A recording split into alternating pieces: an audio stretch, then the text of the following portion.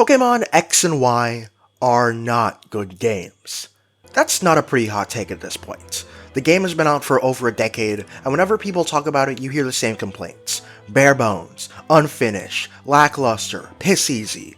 Recently, I played through Legend ZA, and had a pretty good time. Such a good time actually, that I was in the mood for some more Kalos. So I decided to replay Pokemon Y, and it was just as bad as I remember. Those common complaints are still very true. Like, do you remember the Kalos Desert route? Legitimately, who approved of this? And I think what really sours me on Pokemon X and Y is the story, because not only is it terrible, it's also such wasted potential. And I know this because there's an official adaptation of the game's story that is genuinely one of my favorite pieces of Pokemon media ever. I'm talking about the XY chapter of the Pokemon Adventures manga.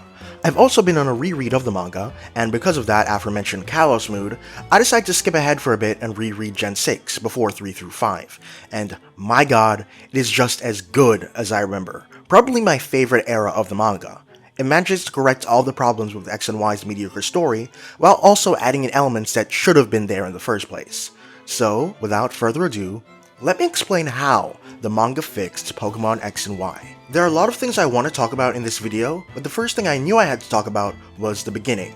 There's one simple change made in the beginning of the Pokemon XY manga that completely flips the script on how you're supposed to view Pokemon XY's story. One of the biggest sore spots about the games is the rivals. Shauna, Tierno, Trevor, and either Serena or Calum. They suck as rivals. And the thing is, they're kind of supposed to, because they're actually supposed to be your friends. But the thing is, they also suck as your friends for one big reason, and it's that they have no real reason to be friends with you.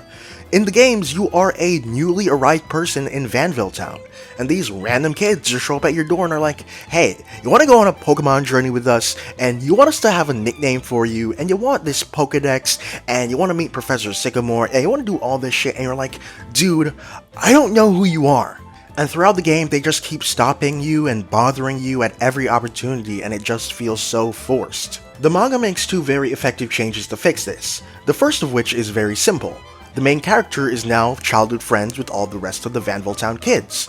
A previously established relationship is easier to jump into and care about. It's why so many of the previous games also had you be childhood friends with your rival. And then the manga adds an even more interesting aspect. X, who's Calum in the games, is a shut-in. He's been a shut-in for years.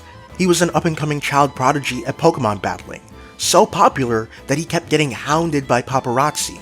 So much so that he eventually shut himself in because he couldn't handle it anymore. The pressure, the attention, everything got too much.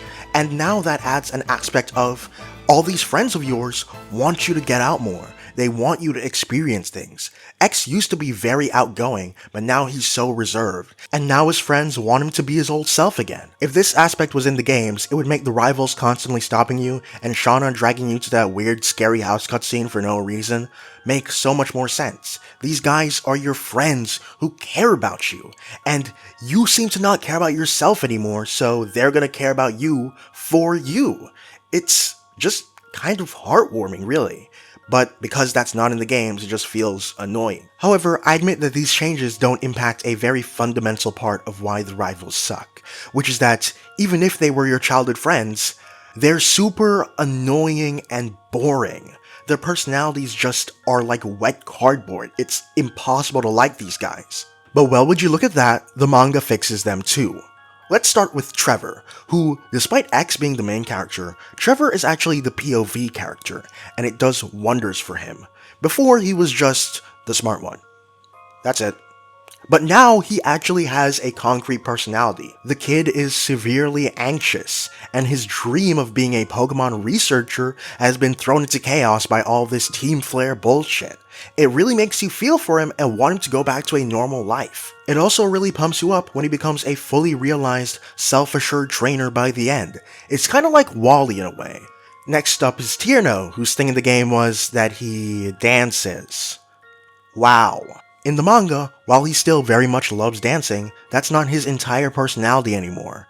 Now Tierno is the heart of the group. He's the one most in touch with his emotions. He's the first one to help out when someone is in trouble, and he knows when to call out people on their bullshit. The man is actually the MVP sometimes in the manga. Next up is Shauna, and her problem was that she was the super excited, friendly one. And the problem with that was, well, everybody else was also kind of already that, so it really just makes them all blend in together more. The manga decides to fix that by doing something very unexpected, which is completely changing her personality. Now Shauna is the angsty one. She gets into arguments, she's nonchalant, and it's really fun because it adds a new element to the dynamic of the team. Especially since the best part about Shauna in the manga is that she probably is the one who cares about the friend group the most. She's essentially the kind of person who pretends to not give a fuck but actually gives all the fucks. Like if the friend group were to break up permanently, she would be the one most affected by it.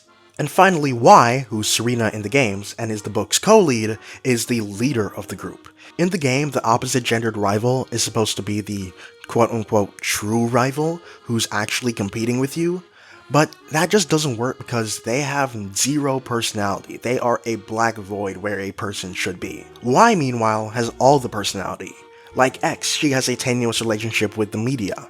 Her mom, Grace, was a famous Rhyhorn racer, so everybody thought that she would become one too. But Y decides, fuck that, I'll become a Sky Trainer instead, and prove myself in a field I'm actually interested in.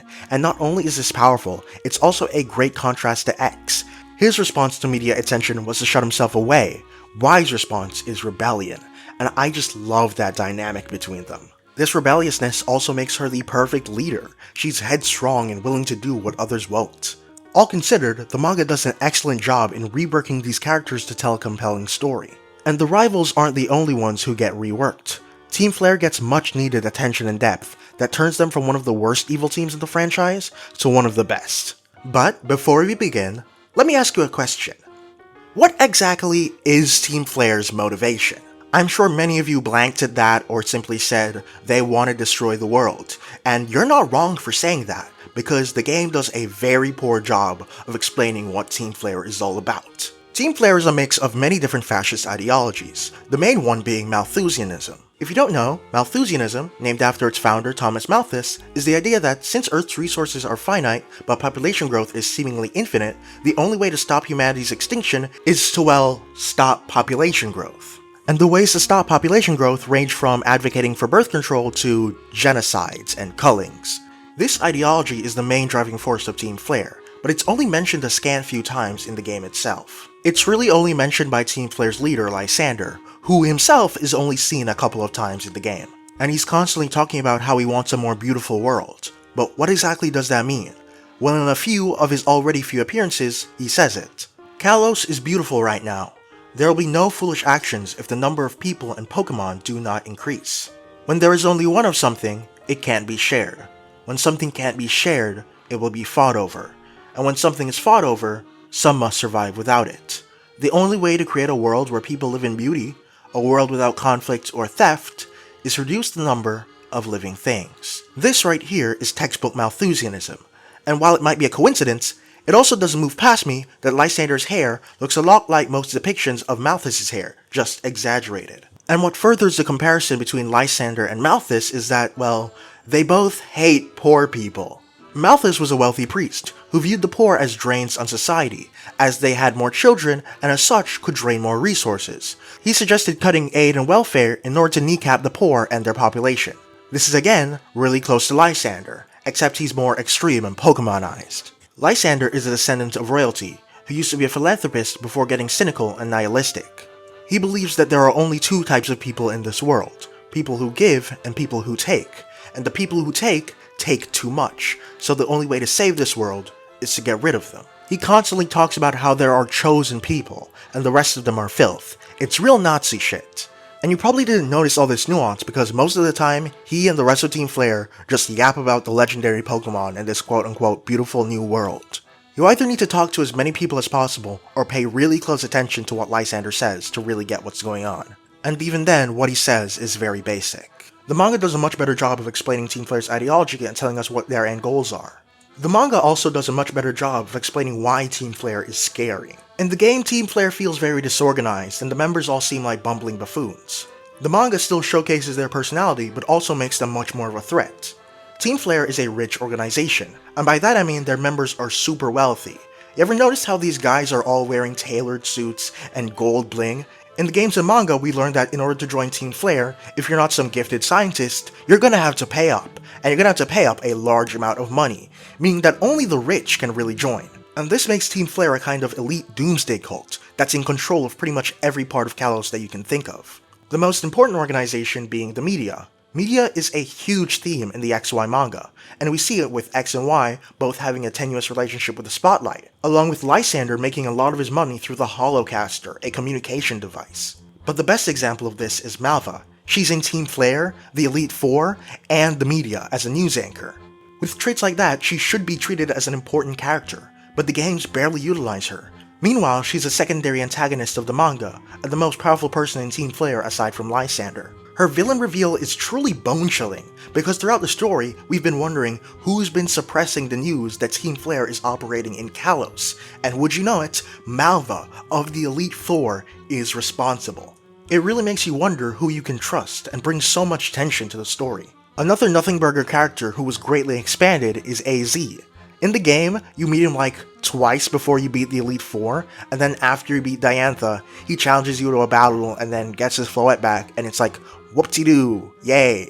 You know his backstory, but you don't really know his personality, or what he believes, or what he's learned after 3,000 goddamn years of being alive. The end battle with AZ in Lumiose City is adapted completely differently in the manga. When the Vanville Town kids return to Lumiose, they're not met with a parade. They're not met with anything. They're just given stares, because people don't know who they are. The media suppressed everything that happened with Team Flare, and it's not like the rich people who are part of Team Flare are gonna apologize for what they did. It makes the kids wonder if they really should have saved everyone if nobody's gonna learn anything from this. And so, what does AZ do? He starts attacking random people in the city, and so the Vanville kids move to protect them. And when they do, AZ asks why they're protecting them. And it's at that moment that Y realizes what AZ is really trying to do. She gets in the way of one of Gerlich's attacks, and AZ goes in the middle of it. AZ was doing a fake attack to gauge the kids' reaction. He wanted to see if they would end up like him and Lysander. You see, AZ, after the war, grew bitter with humanity, and decided to retaliate by activating the ultimate weapon. He wanted everyone, even innocents, to die for what was done to him. Lysander was similar. He became bitter after failing to save humanity with his philanthropy, so he decided that he was going to raze it to the ground. What makes the Vanville Town kids different is that after the hardships they faced, and after they were scorned by the people that they saved, they didn't think twice to protect them. And that's when Floette returns to AZ, when he passes on the knowledge that he learned through his 3,000 years, the sacredness of life. And that brings me to my final big point. What is X and Y trying to say about life and death? Xerneas is the Pokemon of life, and good old Yveltal is the Pokemon of death. When they battle, neither of them shall win, and if something were to happen to make one of them have an edge over the other, then Zygarde, the Pokemon of balance, comes in to set things right. In Pokemon X and Y, life and death are supposed to be balanced. One can't take over the other. That's unnatural. Lysander's division of humanity into people that give and people that take, and deciding that the people that give deserve to live and the people that take deserve to die, that is unnatural. Nobody deserves to control these things. Not Lysander, not AZ 3,000 years ago, not even the main characters.